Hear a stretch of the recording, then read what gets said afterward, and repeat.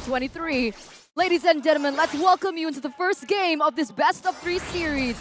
The Malaysian Homeboys versus the Filipino Blacklist International. Will the top 4 of MPLI 2023 just beat MPL PH Season 12.5? Well, looking at the lanes right here, Warlord indeed is on that Grok, so it's Sorn on the Angela. Interesting to see how this works, especially in the early game. They have a Baxia, but without the right backup. I mean, the Angela is great, but Grok right now also a Warlord going very deep. Again, already very aggressive in the early stage of the game. GB walks out, wants to go for the Retribution here up against Rindo, and GB does get it, steals it away from Rindo. Does that mean it's worth it, Arashi? A purple buff for a kill onto the Roamer. But it's not as fatal, considering it's an Akai, not exactly an assassin that could really benefit from the lower cooldowns, etc. But it's definitely going to be a bit of a dent in the farming speed, and against a Baxia, that can prove to be very important later on. Going to contest the first turtle without a heavy spin. Not exactly the wisest of choices. Okay, with that being said, again, Warlord still being the aggressive force that he is, giving information once again. One of his main strengths therein lies in this ability. He actually is able to chunk Haji a little bit down here. And now I start to understand the Angela and the Grok mid lane combination. The fact that, okay, maybe the Angela can't clear as fast as Hajim and Avaria, but with the speed clear coming in from Warlord, it should help. But the Path is actually the one to help clear it out too. Yeah, the wave clear was nerfed for Angela. It doesn't do as much to the minions. But look at this, man. The setup advantage, the level advantage too. Easy, secure by Chibi. This is a Wardle. That's a hard guard to help him out with the Shield Unity and a Black Dragon form as well. They do not like Kimpoi. My goodness, a full dive for the Roamer. It's another furious dive of the Petrify landing onto Dominic, but with the Primal Wrath, a bit too hard to really burst him down under the tier 1, so they'll just take Kimpoi. All right, another trade here coming through for the Homeboys, signaling that they are going to be able to pick up the speed in terms of economy for the in-game emblems, however. Oh. Inspire on the 1-1. Fire on the 1-1 for more cooldowns. Technically, a lot more laning prowess there with more skills to use out. It's in line with the mentality of Ryzel, I feel. A lot more outplay-minded. Soren also with the Inspire and the Wilderness Blessing, though. He needs to be around the map as much as possible. Everyone else is going for firmness, so you can see the tanking is coming in. Wild charge onto 2. Kimpoi running away. Rindo not popping heavy spin just yet. Tries to go for the retreat battle here against Chibi, but he wins it out. Chibi taking the second buff. Steal this game. And he's actually a level ahead of Rindo up until this point. So in terms of neutral objective takes, Warlord gets committed onto, but nobody's able to cut him down just yet. Chibi, Shield Unity again down below. Dominic caught right as he was trying to cut the wave and he would lose his life. It's Homeboys who gets another kill on the board, but somehow, some way, Blacklist are still holding onto the quality of the goal. I mean, look at that. Homeboys only have a 476 gold lead right now. The farming difference right here, but consider for Blacklist though, whatever they're doing, Homeboys have been able to counter. The wave cut was predicted. The roam top gets cancelled just because there's the Angela hard guard. The fact that 1-1 can outplay, can use a crossbow of Tang, and the hard guard can come in to ensure she survives long enough. This means that in the gold lane, even though you're susceptible to ganks, Homeboys' gold lane right now is surprisingly, right, unexpectedly, quite immune to most of the ganks coming in from Blacklist, unless Kimpoi can make something crazy happen. He is level 5. He does have the Divine Judgment in his arsenal right now, but with the Turtle already at half HP, doesn't look like Blacklist International want to go for a contest. It looks like this is a ADP happening here, just a little bit, with them not trying to go for a counter engage on the neutral objective, but instead looking for a counter play down bottom. Not able to find anything just for now. Kimpoi's really holding on to that Divine Judgment for the right time.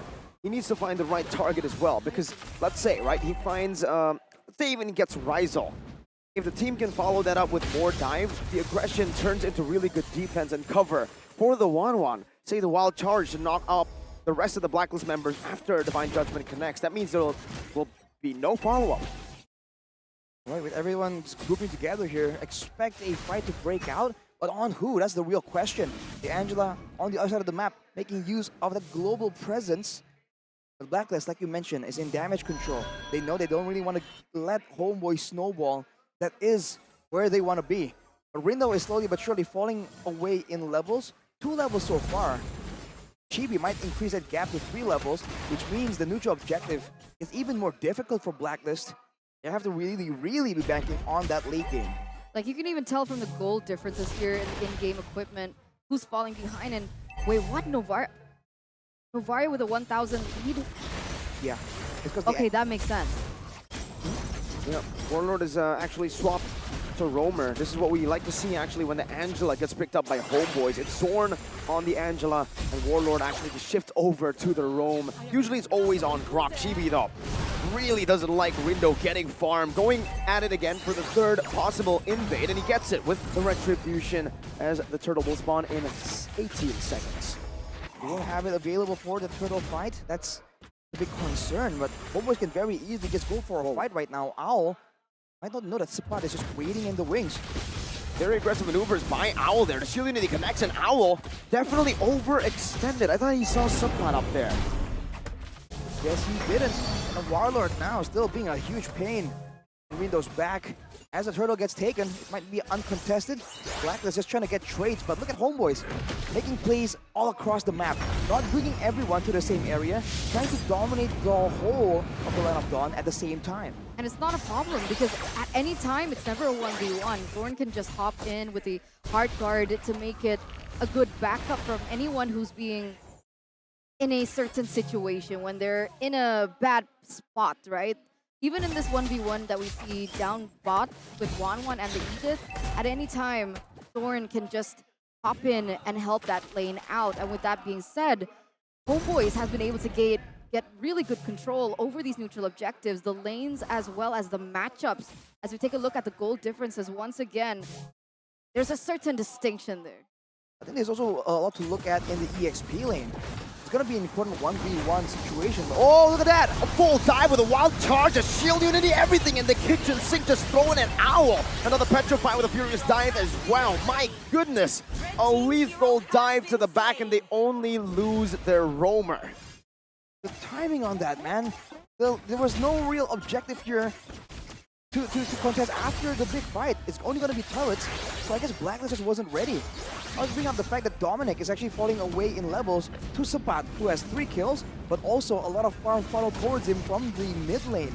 So the longer the game goes, if BLACKLIST wants to play this macro game, Sapat has a lot to say there in the 1v1 or possibly 1v2 situations when he's contesting the far side of the map.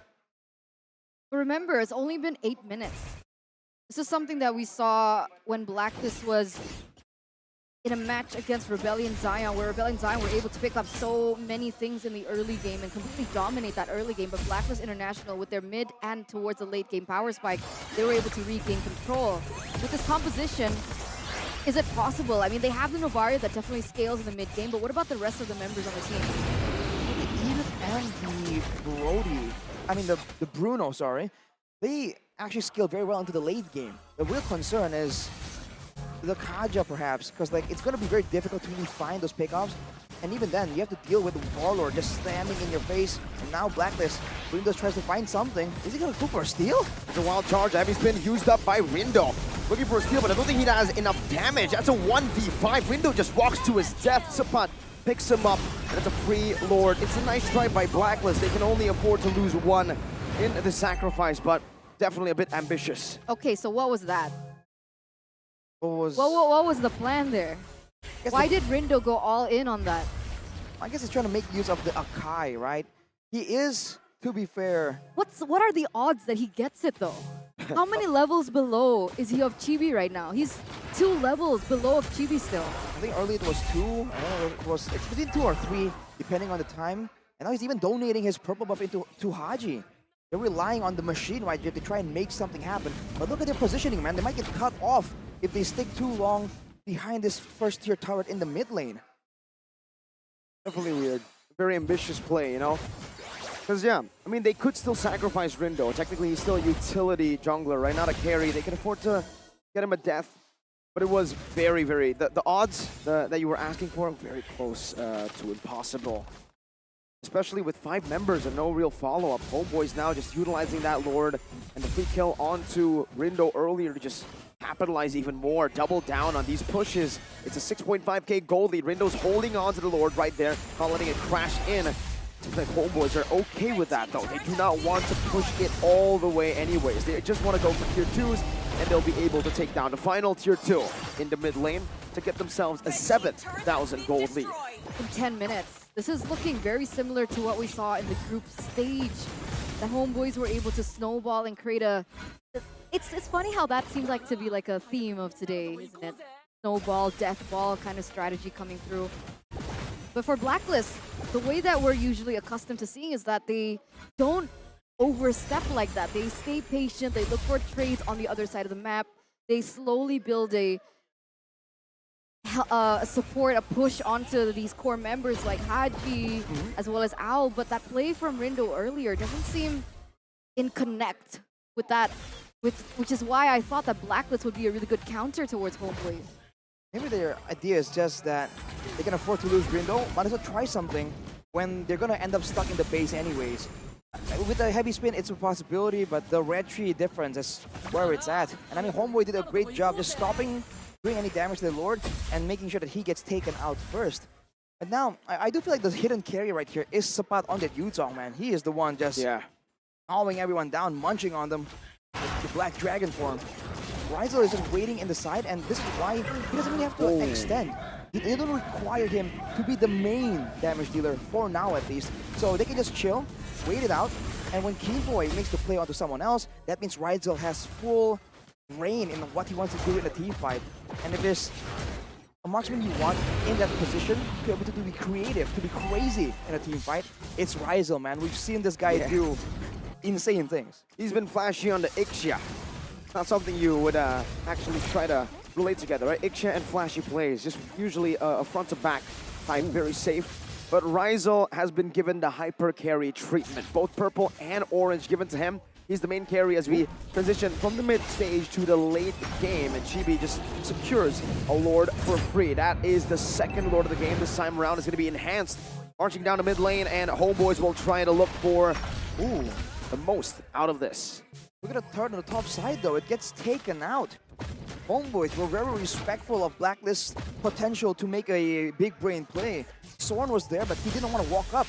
You can see the respect still by HOMEBOIS. They know BLACKLIST are no pushover, and at 13 minutes, they don't have a lot of damage to work with, but it is available. They're looking for a big fight. That's why they're not pushing all 3 waves. Just one in the mid lane with the Lord marching down. And with Chibi brought back to the team, he actually gets a shield unity. And in the back as well, Sapat finds a Furious Dive, loses immortality. Owl's a free hitting, but Ryzel's doing the same thing. Down with the crossbow, tank ready. It goes, translates over. It's a double, it's a triple. It's a maniac for Ryzel in game number 1.